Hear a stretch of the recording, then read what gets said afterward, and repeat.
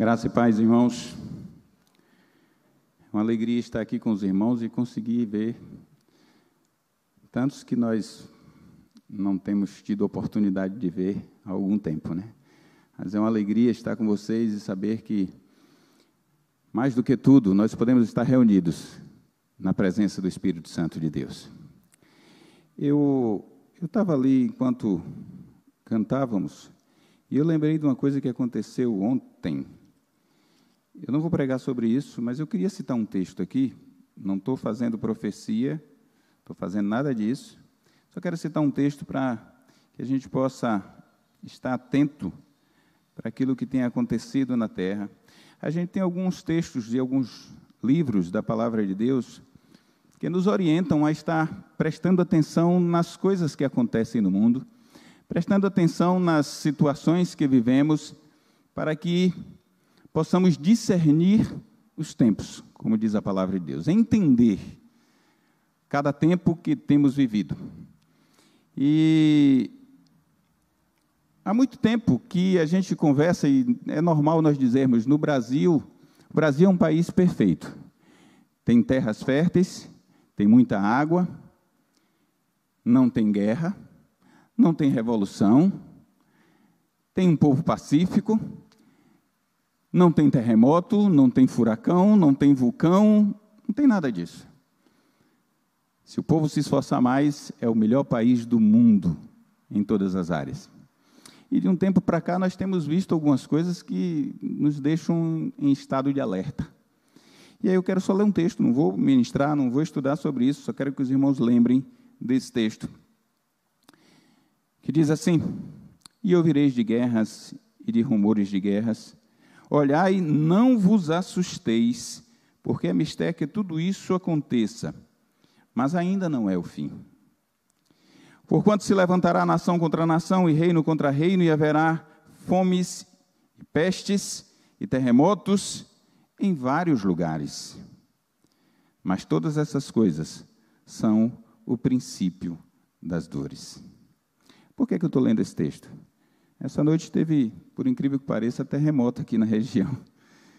Santo Antônio, aqui em Feira houve tremor, minha cunhada acordou assustada. Eu não vi nada, mas muitas pessoas viram.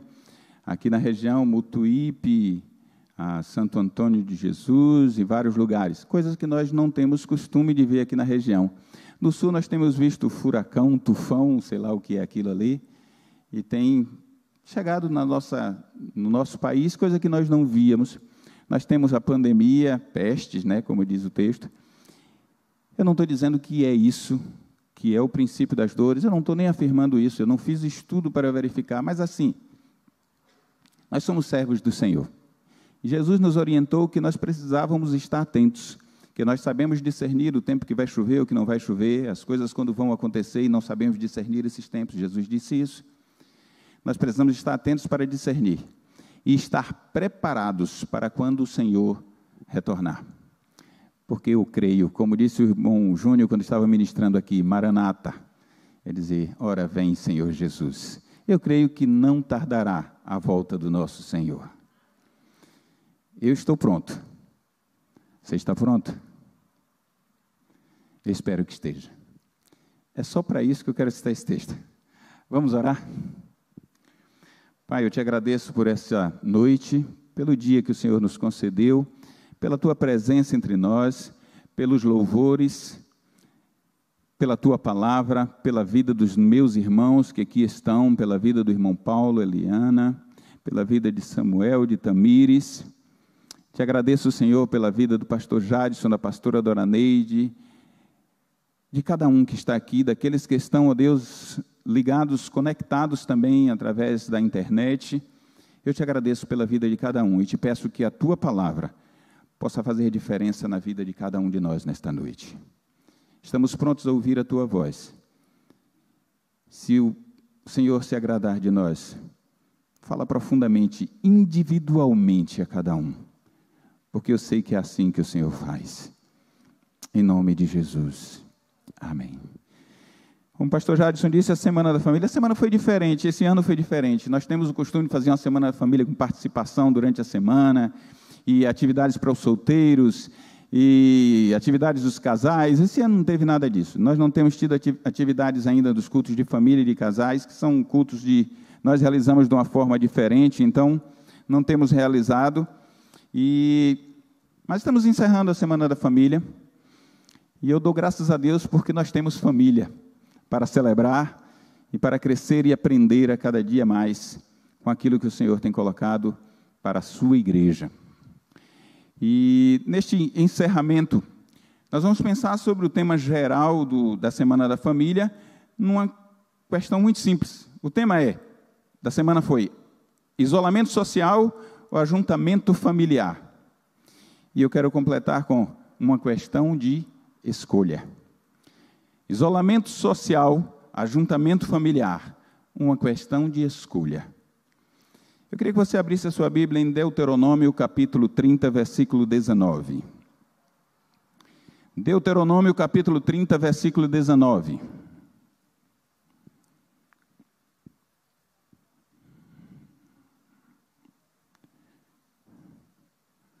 Você que está em casa também, não é um filme, não é uma minissérie que você assiste todo fim de semana, não é um programa de auditório, é um culto ao Senhor. Então, você que está em casa, também participe do culto, cultuando a Deus em sua casa. Louve junto, ore junto, estude a Bíblia junto, tenha sempre a sua Bíblia acompanhando, porque não é para assistirmos o culto, é para cultuarmos a Deus, mesmo não estando presentes no culto por conta das situações que temos vivido. Então, tenha cuidado com isso.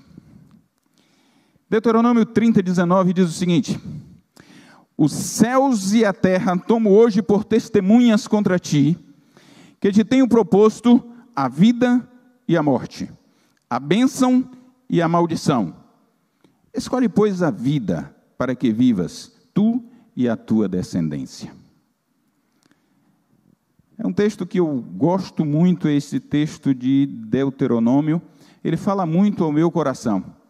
Um dos maiores desafios que nós temos encontrado nesses últimos dias, para o retorno das atividades normais, para que as igrejas possam estar novamente com todas as pessoas, para que o comércio abra, para que a indústria funcione normalmente, os serviços funcionem normalmente, é questão da aglomeração, do ajuntamento, das pessoas estarem juntas mais do que o que deveriam, e sem a proteção devida. Este é o grande problema que tem se enfrentado. Mas por que isso? Porque é instintivo. Nós temos o desejo de estar junto com as pessoas. Está em nós o desejo de estar juntos, próximos do outro. É parte da nossa vida nós estarmos próximos do outro.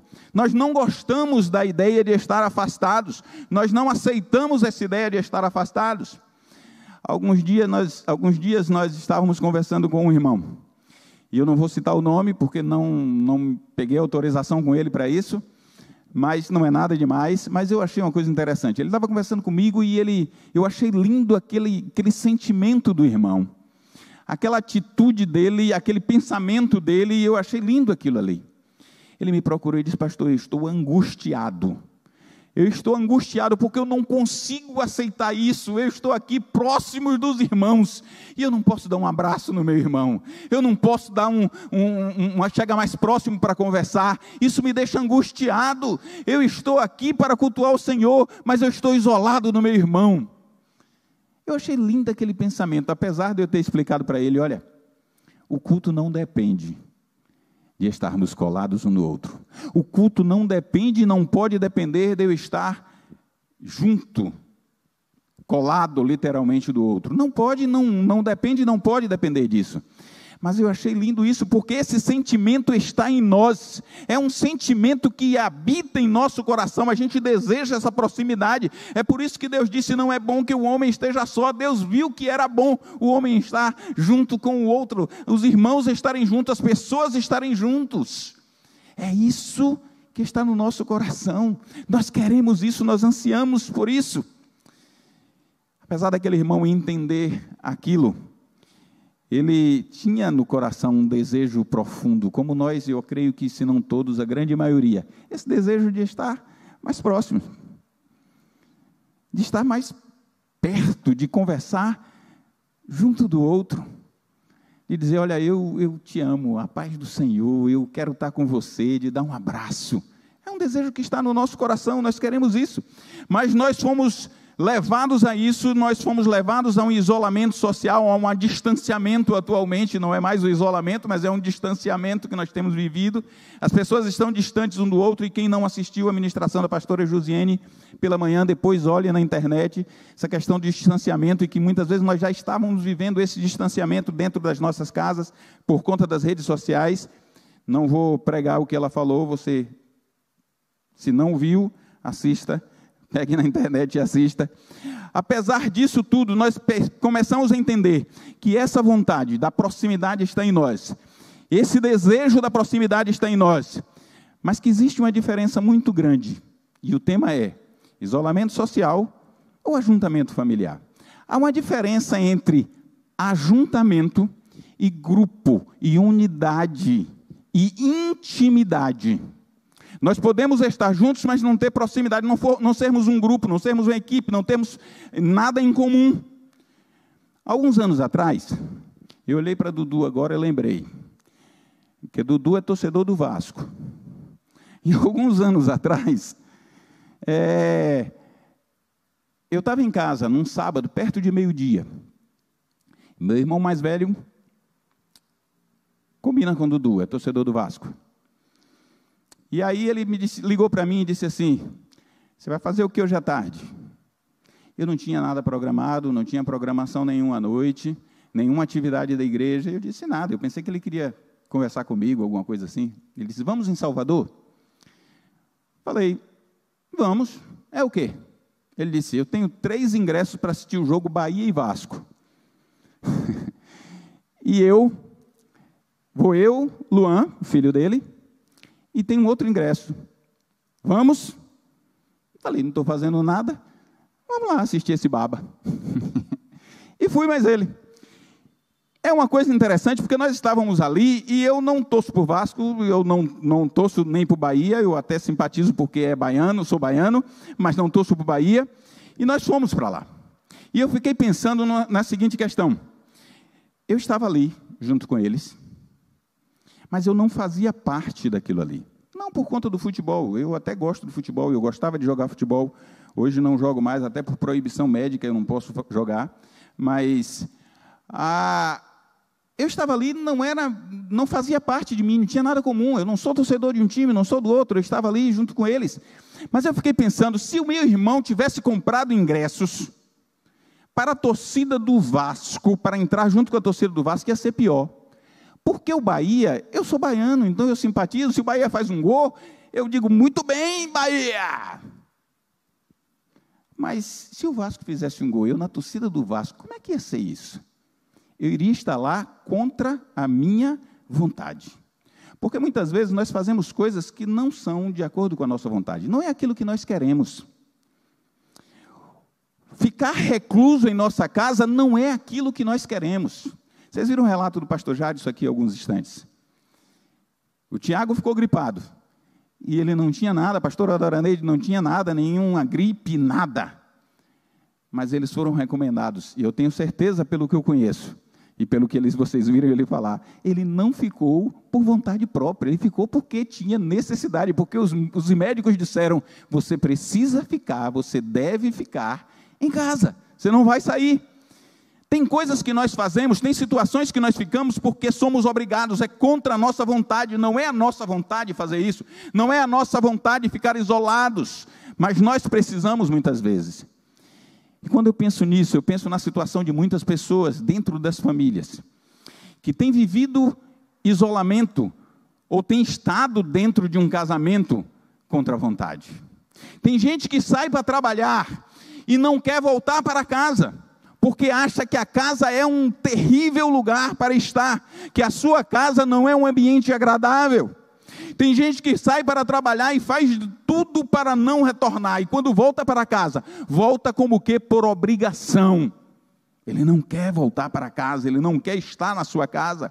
Algumas pessoas gostariam de se separar, de se divorciar dos seus casamentos, das suas esposas, dos seus esposos, porque não conseguem mais estar em afinidade por motivos diversos.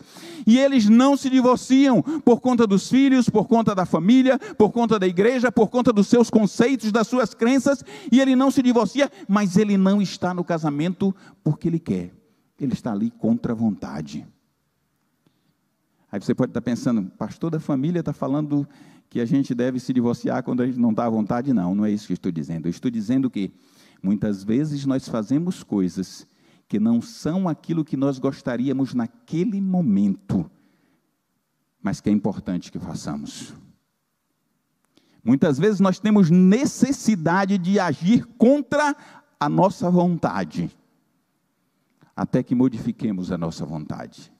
Até que as coisas se modifiquem. Eu estou dizendo que muitas vezes nós temos que agir contra o desejo que está dentro de nós, para realizar aquilo que é certo. As influências e as consequências de tudo que nós fazemos depende da escolha que nós fazemos na vida, das escolhas que nós fazemos na vida. Nós podemos influenciar determinadas áreas, ou nós podemos ter consequências boas ou desastrosas em outras áreas, de acordo com as decisões que nós tomamos, com as escolhas que nós tomamos. Eu não sei se tem alguém aqui que ainda não é servo do Senhor Jesus, ou se tem alguém na internet que ainda não tomou uma decisão e disse, eu quero seguir a Jesus. Talvez você nunca tenha tomado essa decisão, você não tenha decidido ainda servir a Jesus com toda a sua alma, com todo o seu entendimento, com todo o seu coração. Talvez você não tenha feito isso ainda, mas eu quero te dizer uma coisa interessante. Jesus já fez tudo o que era necessário. Jesus já fez o sacrifício. Jesus subiu na cruz do Calvário e derramou o seu sangue. Jesus lá entregou, o seu corpo foi partido, foi moído por nós. Jesus já fez tudo. Mas se você não tomar a decisão certa, você vai continuar afastado de Deus e afastado da vida eterna com Ele. É uma questão de escolha, você vai escolher. Stephen Covey diz assim, eu sou o que sou hoje por causa das escolhas que eu fiz ontem. Eu sou o que sou hoje por causa das escolhas que eu fiz ontem. O que você é aqui agora é por conta daquilo que você decidiu ontem. Você está aqui na igreja porque você decidiu se inscrever para o culto. Você serve a Jesus porque você decidiu servir a Jesus. Você trabalha na função que você trabalha porque você decidiu trabalhar ali. Você é casado ou não é casado porque você decidiu casar-se ou não casar-se.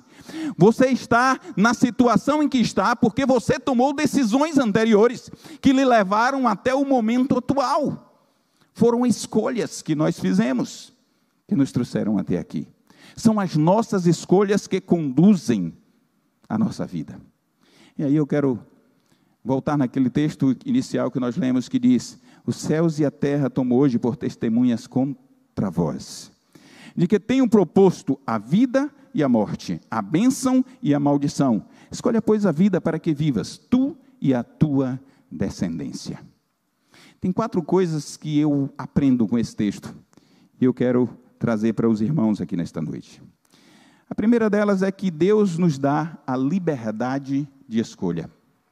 Deus sempre nos dá a liberdade de escolha. Eu não sei quantos aqui já ouviram falar de Ivan Pavlov. Talvez alguns de vocês, talvez muitos de vocês, não sei.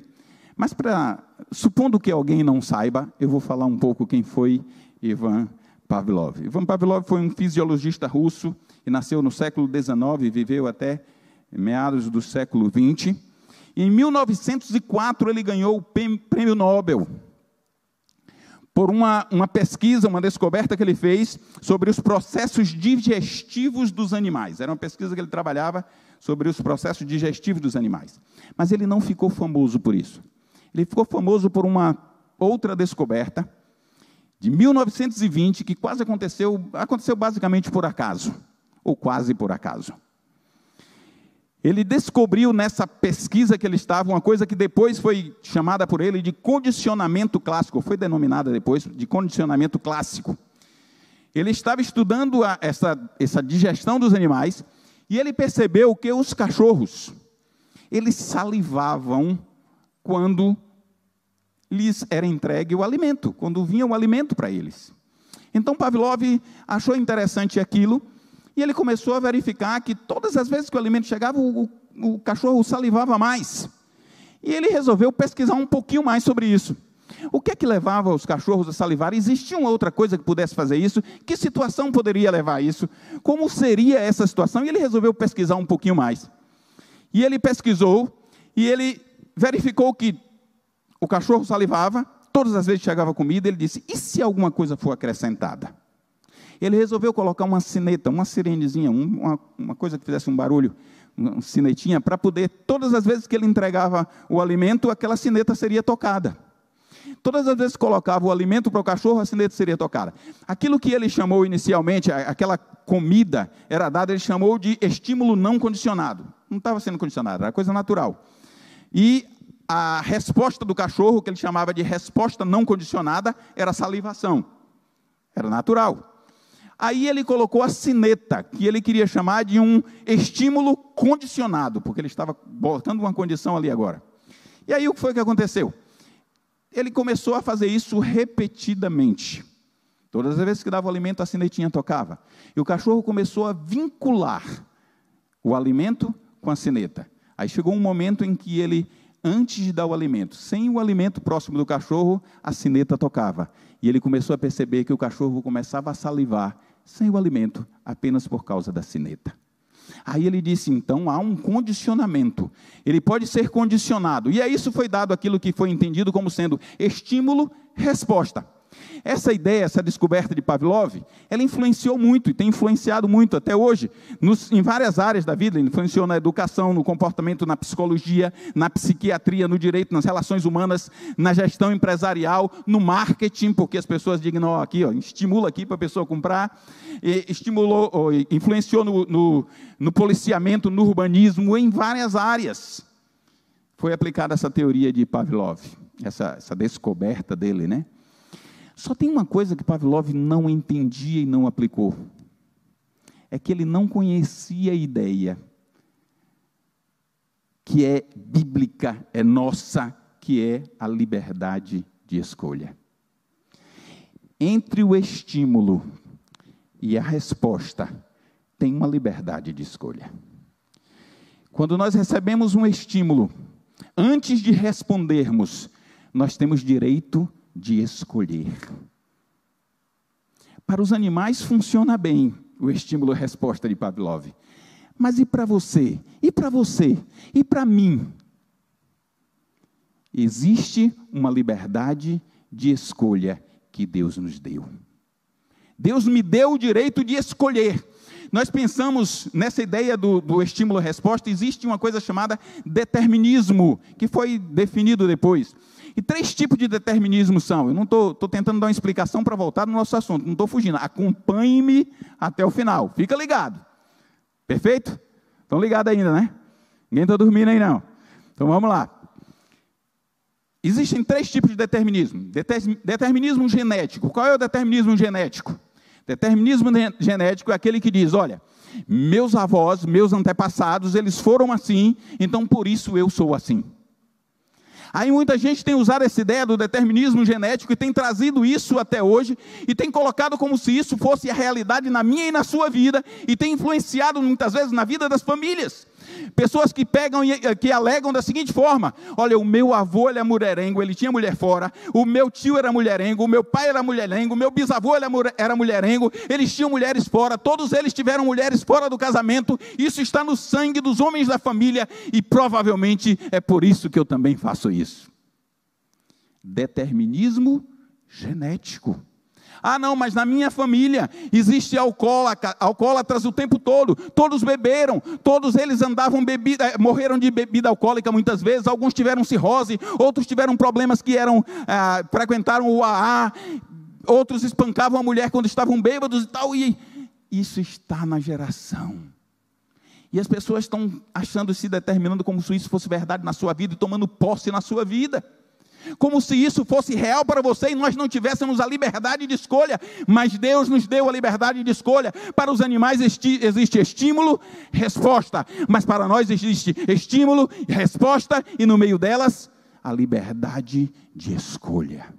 Eu posso decidir se eu quero viver desse jeito que viveram os meus antepassados ou se eu quero ser diferente. Eu posso decidir se meus antepassados foram ruins, tiveram casamentos ruins. Divórcio sempre existiu na minha família, então estamos fadados ao divórcio, sempre haverá divórcio. Eu posso decidir se vamos ter ou não na minha casa. Sempre houve violência na família. Eu posso decidir se haverá paz na minha casa. Nós temos a liberdade de escolha. O segundo determinismo que tem é o determinismo psíquico, que é, eu aprendi assim, foi dito para mim e afetou-me as feridas que eu passei, então por isso eu estou vivendo assim. Eu fui tão ferido que eu não consigo fugir disso. Eu sei que as feridas influenciam, por isso existem psicólogos, por isso existem terapeutas, por isso existem psicanalistas. Eu sei disso, eu não estou desfazendo disso. Mas nós às vezes determinamos. Eu vivi assim. Na casa de meu pai foi sempre violência. Eu cresci no meio da violência, por isso eu sou violento. Na casa de meus pais diziam sempre, olha, você não vai prestar para nada, você não vai servir para nada, você é um inútil, por isso hoje eu não consigo emprego. Eu sou inútil, eu não faço nada direito. Na casa de meus pais, no meio que eu vivi, sempre foi assim. As pessoas diziam, você é burro, você não consegue, e por isso eu vivo dessa forma, eu erro tudo que eu faço. Isto é determinismo psíquico. Entre o estímulo e a resposta, existe uma liberdade de escolha. Eu posso escolher. As pessoas podem dizer que eu não consigo, outros podem dizer que eu sou incapaz. Mas no meio do caminho, o Senhor fala ao meu coração e diz, olha, eu não te criei para isso. E você então pode tomar a sua decisão e dizer, mas eu vou ser diferente. Nós podemos tomar essa decisão, é a liberdade de escolha. O terceiro determinismo é o determinismo ambiental. O meio em que eu vivo, a situação em que vivo faz com que as coisas aconteçam inexoravelmente. Sem direito de escolha, vai acontecer assim. E nós culpamos o chefe, nós culpamos a esposa, o esposo, o filho. Na minha casa não tem paz. Por quê? Porque meu marido é sempre violento. Na minha casa não consegue haver tranquilidade, porque a minha esposa reclama, ralha, reclama o tempo todo, murmura o tempo todo, e ainda usa a Bíblia e diz assim, olha, porque Salomão disse que é melhor dormir com uma ursa do que com uma mulher murmuradora. E nós usamos essas coisas para justificar o fato de que nós não tomamos uma decisão na nossa liberdade de escolha. Eu decido mudar a situação. É um direito nosso. Você pode mudar a realidade. Nós jogamos a culpa muitas vezes na economia ou na política. Mas nós estamos vivendo uma situação que é uma pandemia. Todas as empresas vão fechar. Não é assim. Você pode mudar, tem pessoas que têm ganho muito dinheiro nessa situação atual. Tem gente que tem aberto empresas e tem progredido.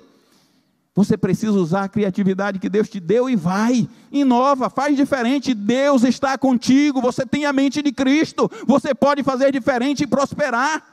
Não se acomode na situação, esse determinismo ambiental, que diz que porque você está naquele ambiente, porque o ambiente está daquela forma, tudo vai ser assim. As circunstâncias não podem ditar o que eu sou, nem o que eu serei.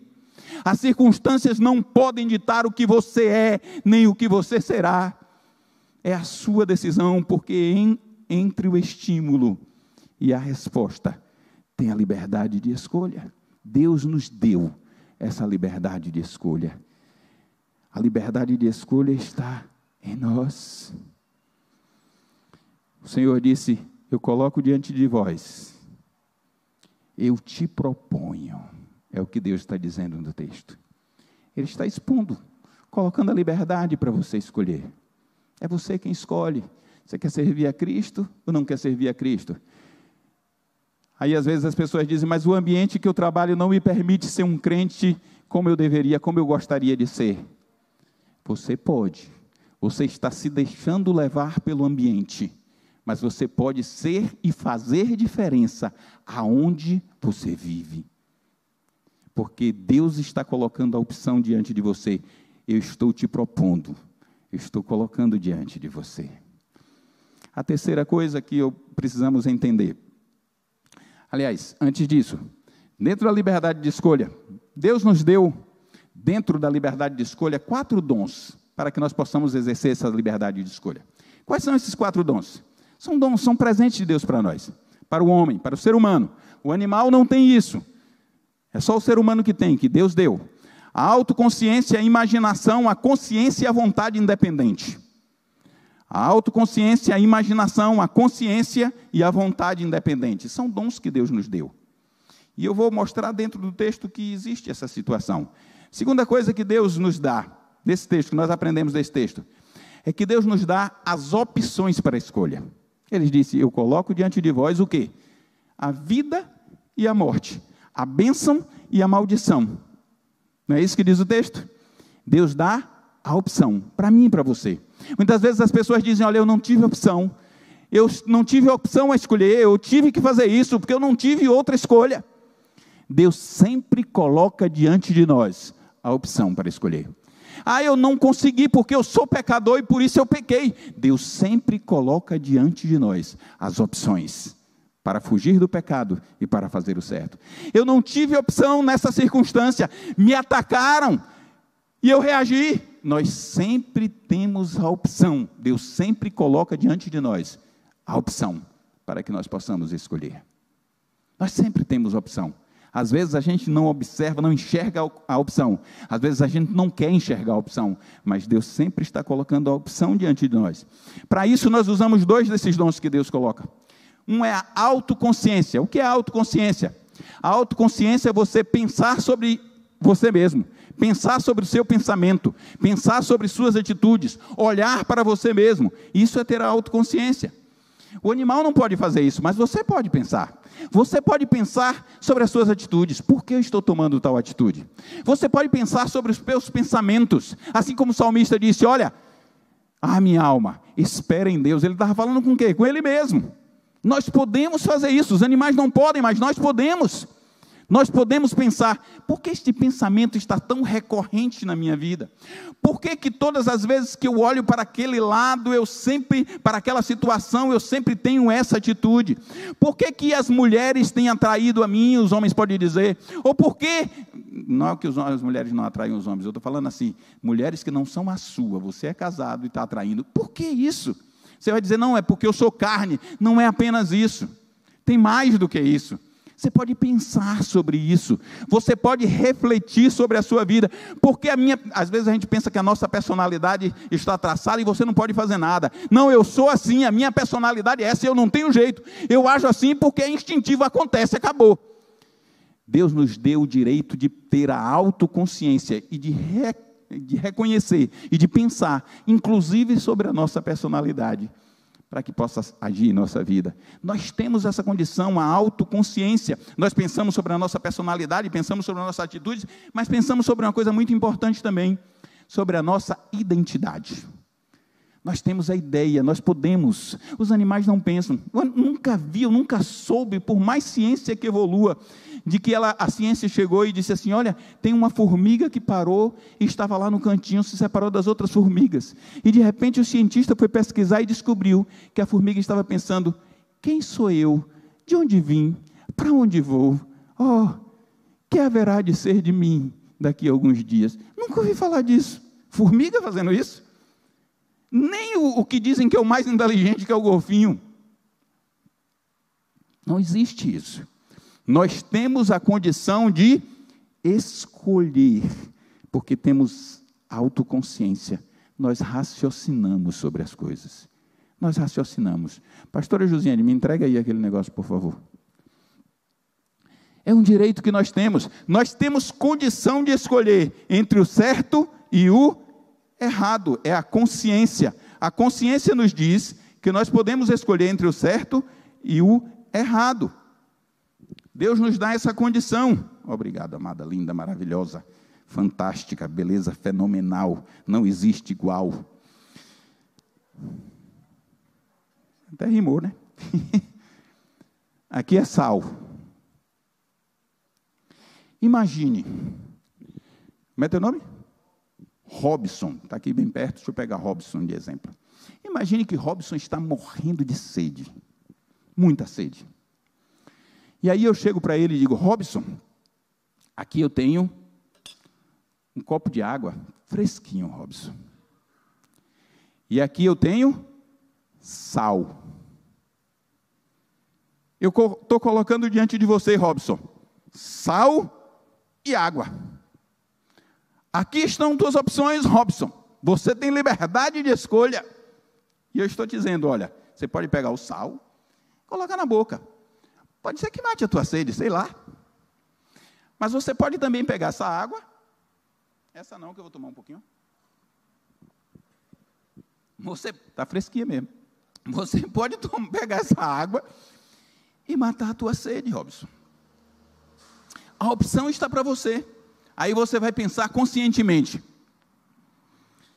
Se eu pegar o sal e eu colocar na boca, vai matar a minha sede? Robson, então, pega o sal, analisa e diz, se eu botar, o que é que vai acontecer se eu botar sal na boca? Vai diminuir a sede ou vai me dar mais sede? O sal desidrata. Não é isso? Né? O que acontece quando você bota para carne, transformar em carne do sol? Ele desidrata. Se Robson já está com sede e vai botar sal na boca, o que é que vai acontecer? Perder mais líquido, vai sentir mais sede.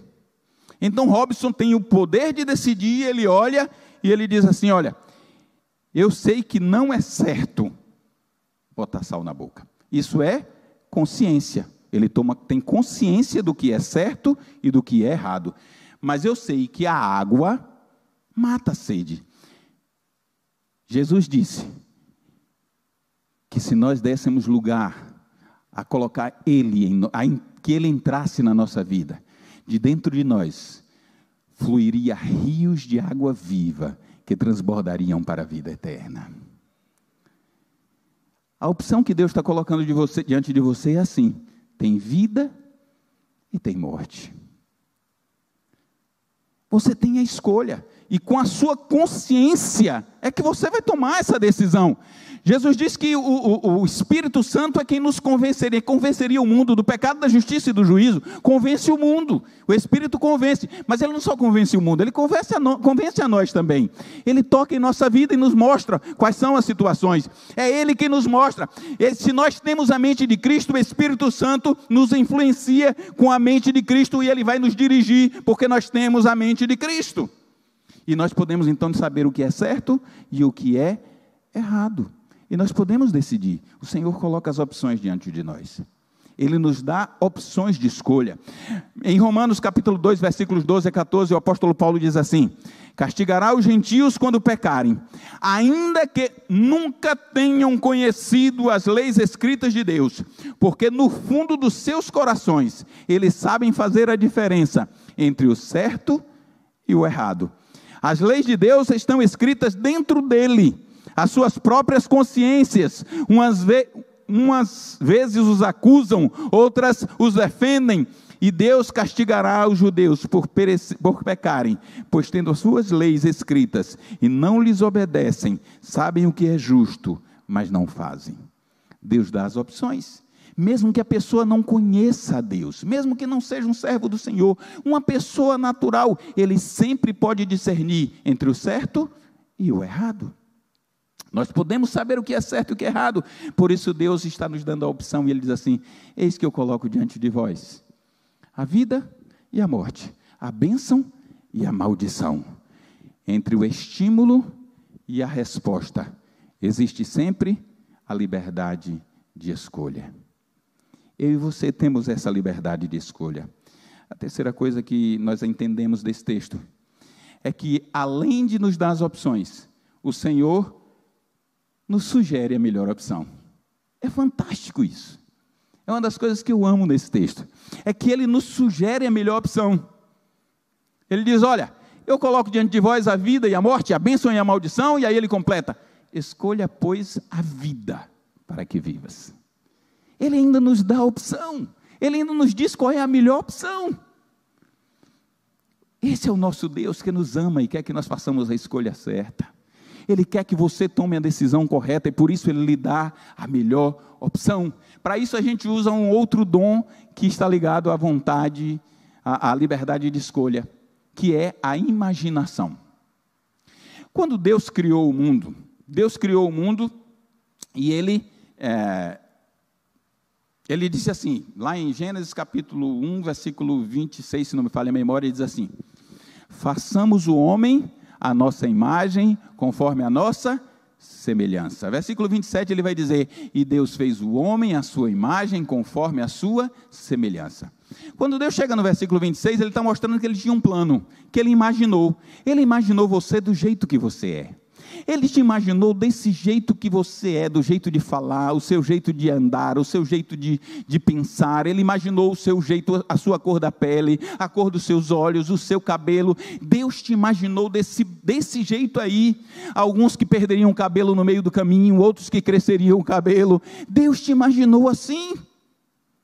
E Deus te ama e te acha perfeito desse jeito. Você não é incompleto, você não é uma pessoa fora do padrão, você não é... Tanto se fala hoje de preconceito, as pessoas às vezes imaginam que são melhores do que o outro, mas Deus fez cada um perfeito do jeito que é. Nós somos perfeitos, como diz a canção, perfeitos aos olhos do Pai. Nós somos perfeitos, porque Deus nos imaginou, quando Ele disse, façamos o homem à nossa imagem, conforme a nossa semelhança, Ele estava olhando e pensando em você. Quando Deus lá no jardim do Éden, Ele disse, façamos o homem à nossa imagem semelhante, Ele olhou na imagem de Deus, Ele já via a sua aparência, Ele já via o seu jeito de ser, Ele já via a sua forma de falar, Ele já via do jeito que você era, e Ele disse, é assim que eu quero, é assim que eu acho perfeito. Nós somos perfeitos. Quando nós olhamos para esse texto, nós entendemos que Deus nos fez, imaginou antes. Nós somos a semelhança de Deus, nós podemos imaginar, e o imaginar nos auxilia na fé. Vocês sabiam que a imaginação é um auxiliar da fé? A imaginação é auxiliar da nossa fé. Quando nós pensamos assim, olha, eu creio que eu vou para o céu. Quantos aqui já imaginaram como é o céu? Alguém já pensou aqui mais ou menos como é o céu? Dá um sinal assim, só para eu ter uma ideia daqueles que já pensaram nisso. Eu já pensei. Eu olho o texto e digo assim, lá tem ruas de ouro, mar de cristal. E eu fico pensando assim, como é que seria essa rua de ouro e mar de cristal? Eu fico pensando lá, na presença de Deus, alguém imagina assim, será que o povo vai ficar lá só assim, igual os querubins e serafins, santo, santo, santo, santo, santo, santo, durante toda a eternidade? E eu fico pensando sobre isso. Parece loucura, mas eu fico pensando, imaginando os céus. O profeta vai dizer assim, quero trazer à memória aquilo que me dá esperança. Eu quero trazer para a minha mente aquilo que me dá esperança. A imaginação é o auxiliar da nossa fé. Nós só corremos numa corrida, nós só partimos numa empreitada, quando nós imaginamos que lá no fim, nós vamos alcançar a vitória. Nenhum corredor inicia uma corrida sem imaginar ele no pódio lá no final. Senão ele desiste logo. Ele imagina que ele vai alcançar a vitória, é por isso que ele vai, com fé. A nossa imaginação ajuda na nossa fé. Você precisa imaginar as coisas que Deus está colocando na tua mente. Ganhe forma em sua mente pela fé. Então parta com coragem para as atitudes que Deus está encaminhando você para fazer. O exercício da imaginação nos dá as opções que Deus coloca diante de nós. Nós podemos imaginar as coisas que acontecem. Eu fico imaginando pessoas como criaram determinadas invenções. Digo, de onde veio isso? Eu fico imaginando alguém que pegou e fez um café para a gente tomar hoje em dia. De onde ele achou a ideia de pegar um café que dizem que é muito ruim quando chupa e que torrasse aquele grão e depois de moído, ele colocava na água e faria café e se tomaria. Eu fico imaginando alguém que descobriu o chocolate do caroço do cacau, porque o cacau você pega e coloca na boca, aquela gosminha é gostosinha, mas como é que o cara vai pegar e pensar, poxa, e se eu fizer o caroço? E se eu botar para secar? E se depois de eu secar eu torrar? E se depois de eu torrar eu moer? E se depois disso eu colocar um pouco de açúcar e de leite e fizer junto uma bebida vai ficar gostosa. Quem ia imaginar um negócio desse? Eu fico pensando nessas coisas. É a imaginação que Deus nos deu. Nós podemos usar essa imaginação, ela nos auxilia. Você sabe uma coisa que é terrível? Eu vi outro dia alguém comentando isso e eu achei lindo isso. As crianças, quantos têm filho aqui? Pequeno, grande, sei lá, que já tem filho. Quando crianças são pequenas, é interessante. Porque nós andamos com nossos filhos acham que nós temos toda a capacidade de fazer tudo. Para eles, nós podemos tudo, é ou não é? Então, a gente passa, tem uma loja de brinquedo, por exemplo, o filho faz, pai, eu quero aquilo. É aquilo ali que eu quero. Você dá ou não dá, não sei, depende da condição. Mas pouco tempo depois ele faz, pai, eu quero aquilo ali. Aí você já tem uma outra coisa. De repente ele muda e vai, pai, eu quero aquele outro. Parece que é uma fonte insaciável de desejos das crianças. Mas sabe por que isso?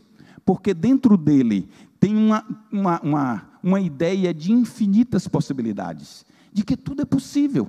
É a ideia da fé. Eu acho que é por isso que Jesus disse assim, quem não se fizer como uma criança, não pode entrar no reino dos céus. Porque a criança não vê limites. A criança crê que pode. E ela parte para pegar. Ela crê que é dela e ela pega. Porque para ela, Deus deu tudo. E ela pode pegar. Ela não pensa na ideia talvez de Deus, mas ela pode. Essa é a ideia da criança. Aí nós crescemos e vamos nos limitando e entendendo que o que é meu, o que é da irmã, não posso pegar, porque é dela, não é meu. Aí eu vou entendendo que eu só posso comprar o que o meu dinheiro dá e tal, mas eu não vou diante do meu Pai, que tem infinitas possibilidades e todo o poder, porque eu perdi essa ideia de criança. A imaginação ajuda na nossa fé, e o Senhor nos deu a imaginação. Isso faz parte da nossa liberdade de escolha. Você imagina para você escolher, porque entre estímulo e a resposta tem a nossa liberdade de escolha. A última lição que nós entendemos desse texto é que Deus diz que se nós fizermos a escolha certa, não apenas nós seremos beneficiados, mas toda a nossa descendência será beneficiada. É o que diz o texto. Ele diz, escolhe, pois, a vida, para que vivas tu e a tua descendência. As escolhas que nós fazemos hoje têm reflexo na nossa descendência, nos nossos filhos, nos nossos netos. Se o casal que se divorcia hoje, ele está influenciando na vida dos filhos e dos netos. Claro que eles têm a liberdade de escolha, como qualquer um de nós, mas estamos influenciando, porque é diferente viver numa família saudável do que viver numa família em que não tem o pai ou a mãe. As decisões que nós tomamos hoje, de sermos agradáveis, de educarmos os nossos filhos, ou de orientar os nossos filhos, de corrigirmos os nossos filhos, têm consequência no futuro da vida dele. As decisões que nós tomamos hoje, de proibir ou de permitir alguma coisa, têm consequência no futuro da vida deles. As decisões que nós tomamos hoje vão influenciar a nossa família durante muitas gerações. É a decisão que você toma hoje, porque aquilo que eu sou hoje é fruto das decisões que tomamos no passado. Aquilo que seremos amanhã é fruto das decisões que tomamos e das que estamos tomando hoje. São as nossas decisões que vão nos levar aonde onde o Senhor deseja que nós possamos ir. Aqui o quarto dom entra nessa situação, que é o da vontade independente. A vontade independente. O que é a vontade independente? A vontade independente é a capacidade de entender pela autoconsciência aquilo que eu sou, as atitudes que eu tomo e o meu jeito de pensar e de ser, e quem eu sou. A capacidade de medir com essa autoconsciência e com a consciência sabendo o que é certo, o que é errado, e com a imaginação que Deus me deu para entender as coisas que podem acontecer, e eu tomar uma decisão consciente e agir para que as coisas aconteçam. Porque não adianta nada eu conhecer, não adianta nada eu saber, se eu não exercer a minha vontade com capacidade de realizar os fatos. São as atitudes que nós tomamos. Pela manhã a pastora Josiane falou isso. Se você não tomar atitude, você ora, e não vai resolver nada se você não agir. Vai só na base da oração, mas não tomou atitude, não resolve. Você precisa agir, isso está na vontade independente que o Senhor nos deu. Ele nos dá isso, essa vontade é ilimitada? Não, ela é um pouco limitada, porque tem coisas que nós não podemos fazer, porque nós somos humanos e somos pecadores. Mas ela, dentro de um âmbito particular, nós temos essa vontade que o Senhor nos dá. Então eu quero concluir dessas quatro lições que nós entendemos. Resumindo para vocês, nós fomos colocados em um isolamento social nesse período, e, consequentemente, num ajuntamento familiar. Alguns porque queriam, gostaram, outros contra a vontade. Mas o que vai acontecer a partir daqui é uma decisão minha e sua.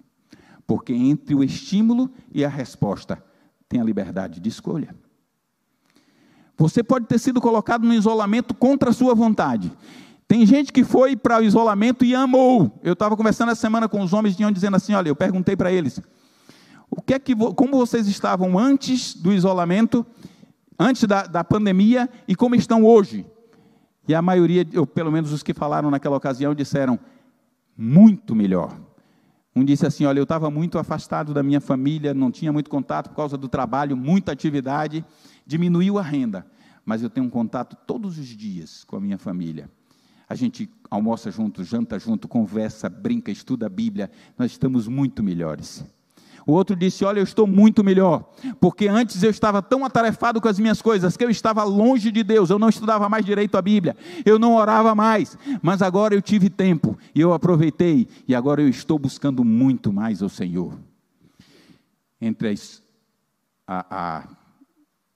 o estímulo e a resposta, tem a liberdade de escolha. Compensação, tem gente que quando foi colocado nesse isolamento, esteve junto com a sua família, está pensando em pedir divórcio, porque não aguenta mais um ou outro. A liberdade de escolha nós temos. O que nós vamos fazer? A partir daí, é uma questão nossa. É você quem decide. Não são as pessoas que decidem por você.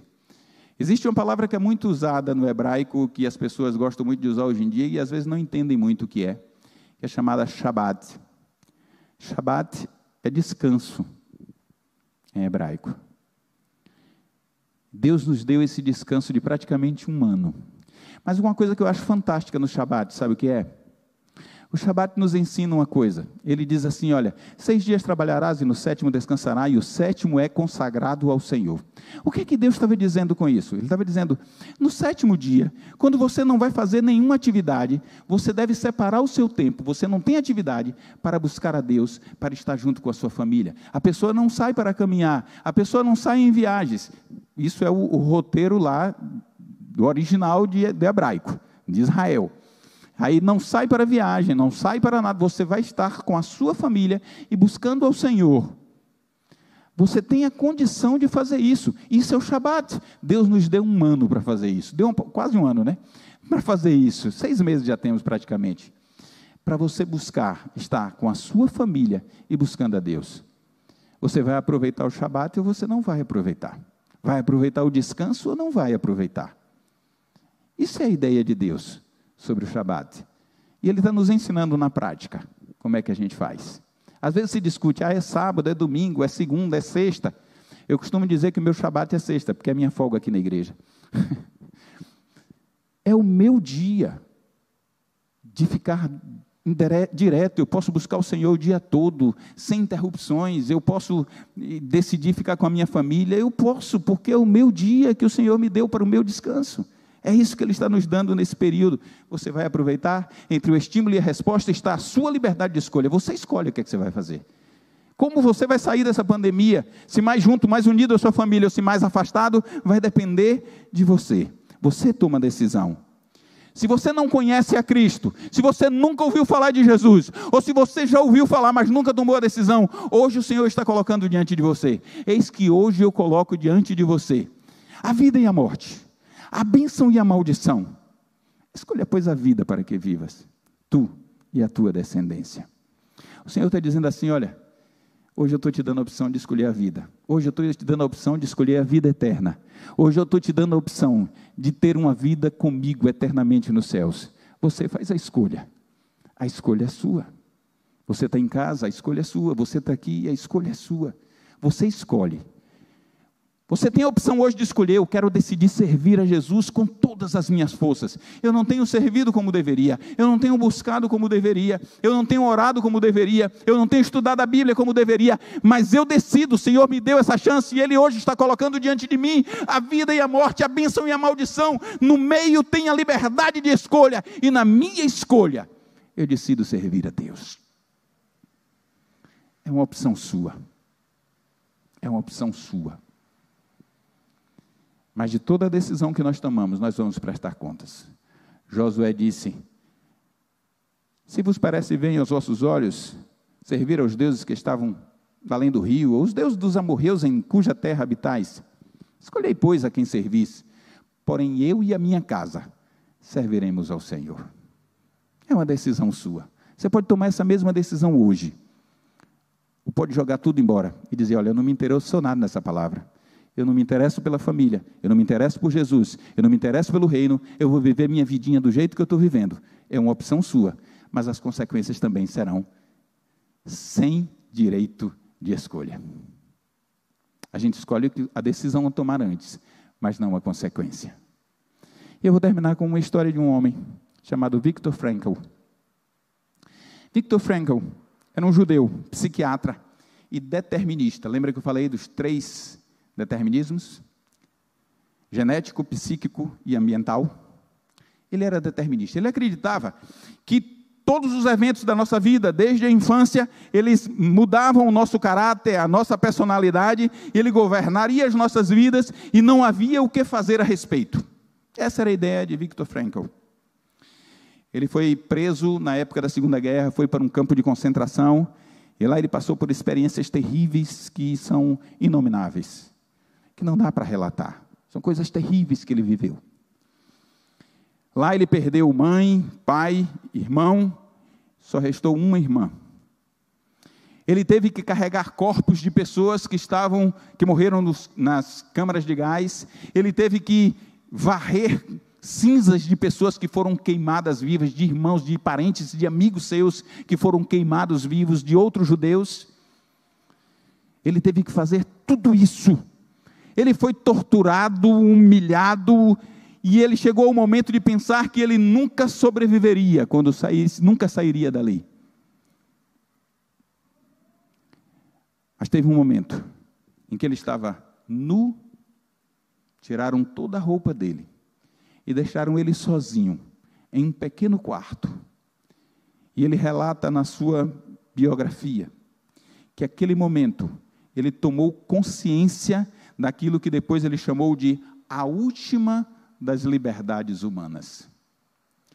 Ele disse: olha, eles podem fazer o que quiserem com o meu corpo. Eles podem me torturar, eles podem tirar minha liberdade, eles podem até me matar, mas há uma coisa que eles não podem fazer. Eles não podem decidir o que eu vou pensar, o que eu vou sentir. A minha vida, quem decide sou eu. E aquele homem, então, pensando nisso, ele usou de um desses dons que eu falei, da imaginação, e ele começou a se imaginar, lá ainda no campo de concentração, ele imaginava que quando ele estivesse solto, ele estaria ensinando na escola, e contando a história do Holocausto, e ensinando as pessoas sobre as coisas como aconteceram, e dando aula para os alunos. E ele sentava e ele conta que ele imaginava a fisionomia dos alunos, e ele se imaginava escrevendo na lousa, e ele fazia tantos pensamentos acerca disso, e aquilo passou a fazer parte da sua vida, e aquela ideia dele, aquele pensamento dele começou a influenciar as pessoas, os outros prisioneiros que estavam junto com ele. E além de influenciar os outros prisioneiros, diz a história, que ele chegou a influenciar, inclusive, alguns guardas nazistas. Por causa daquele pensamento dele, que ele disse: olha, vocês podem fazer o que quiserem com aquilo que eu não posso dominar, mas a minha vontade, eu tenho direito a ela. Essa é a liberdade, a maior das liberdades dos seres humanos que Deus nos deu, é a liberdade de escolha. Essa é a nossa liberdade que Deus nos deu. Ele não chegou a ser afetado por conta disso. e foi libertado depois. Ele exerceu o seu direito, foi professor e influenciou muita gente. Aquilo que ele imaginou, ele viveu. Porque aquele homem entendeu que entre o estímulo e a resposta tem uma liberdade de escolha. Hoje você está aqui e você tem esse direito também. A sua família, o seu casamento, o relacionamento com seus pais, a sua vida com Deus, a sua vida eterna, está num direito de escolha seu. Você escolhe servir, você escolhe ter uma família boa, você escolhe ter um casamento agradável, você escolhe ter filhos que sirvam a Deus. Então trabalhe para isso, exerça a sua vontade independente. Eu queria que você ficasse de pé e orasse comigo nessa hora.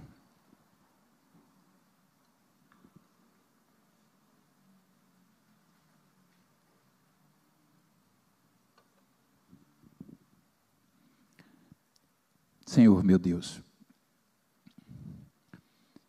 eu entendo, Senhor, que o mundo traz para nós muitas coisas. Eu entendo, Senhor, que instintivamente, muitas vezes, nós agimos de uma forma que não é favorável àquilo que o Senhor deseja, não é de acordo com a Tua vontade. Mas hoje, Pai, nós estamos entendendo que mesmo que tragam para nós coisas ruins, que nós tenhamos sido criados numa situação ruim, que nós tenhamos antepassados que viveram uma vida ruim, que nós estejamos num ambiente que não preste, que nós estejamos, ó Deus, numa situação que nós não desejamos, nós entendemos hoje, Senhor, que antes de dar a resposta, conforme o estímulo que nós estamos recebendo nessas situações, nós temos direito a escolher. E nós decidimos hoje, Senhor, eu decido hoje ser um melhor filho. Eu decido hoje, Pai, eu não preciso que ninguém me diga o que eu devo fazer, porque eu decido hoje ser um servo mais fiel ao Senhor. Eu decido hoje, Senhor, buscar mais a Tua presença do que o que eu já tenho buscado. Eu decido hoje, Senhor, que eu quero andar contigo todos os dias da minha vida. Eu quero aprender mais de Ti, eu quero ter mais intimidade contigo. Eu decido hoje, Pai, ser o melhor marido que já existiu na face da terra.